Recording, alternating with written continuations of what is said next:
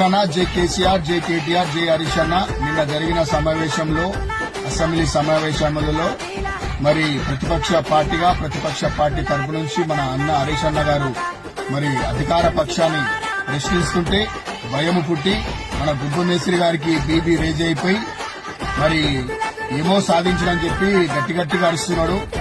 మరి బీబీ ఎక్కువైపోయినట్టుంది మన గుంపు మేస్త్రికి. మరి ఏ పని చేసినో అంతగానం కోపం వస్తుంది.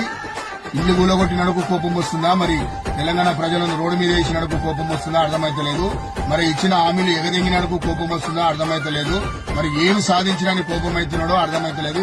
ఈ కోపానికి అర్థమైందో తెలంగాణ ప్రజలు అర్థం చేసుకున్నారు. ఈ కోపానికి అర్థమైందంటే ఇచ్చిన హామీలు ఎగదెంగినని చెప్పి అది సూచన అర్థమైపోతుంది. అయ్యా రేవంత్ రెడ్డి గారు కుంభమేశ్వరి నీకే చెప్తున్నా, నువ్వు సవాల్ ఇస్తున్నావు కదా, ఈ యొక్క సవాళ్లు కూడా మీరు స్వీకరించండి. 2029లో వాళ్ళ